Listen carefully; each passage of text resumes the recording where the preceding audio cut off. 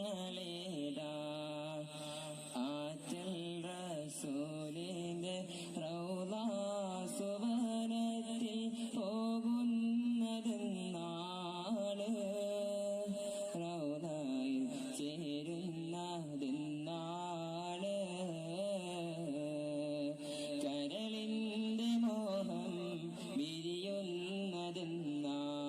കൽഭാഷ പോക്കും സവിശേഷങ്ങളേതാ ആറ്റൽ റസൂലിന് റൗളാ ശരീഫൊന്ന്